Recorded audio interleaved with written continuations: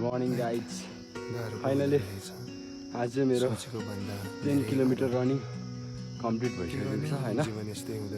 Let's see अब मेरो बाँकी भनेको ठिकै छ ट्रेनिङ हैन, राम्रोको लागि मेरो 1 घण्टाको ट्रेनिङ हुन्छ अनि म घर फर्किन्छु है त। ओके यात्रामा हस् त एकछिनमा भेटौँ। यो गाइज आज मेरो ट्रेनिङ सकिसकेको छ हैन। आज चाहिँ मेरो 1 hour training plus 10 kilometre running थियो, त्यो चाहिँ कम्प्लिट भइसकेको छ। अब तिहार पछिको ट्रेनिङ हो यो चाहिँ, मेरो दसैँ तिहार पछिको ट्रेनिङ हो। अब फेस्टिभलहरूले गर्दाखेरि म ट्रेनिङ गर्न पाइरहेको थिइनँ, सो आज मजाले गरेँ। धेरै दिनपछि गर्दाखेरि अलिकति गाह्रो पनि हुने रहेछ होइन।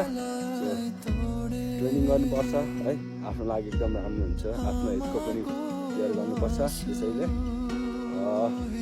बिहान अबेरसम्म सुत्नुभन्दा यसरी आएर ट्रेनिङ गर्नु होला, आफ्नो स्वास्थ्य पनि राम्रो हुन्छ।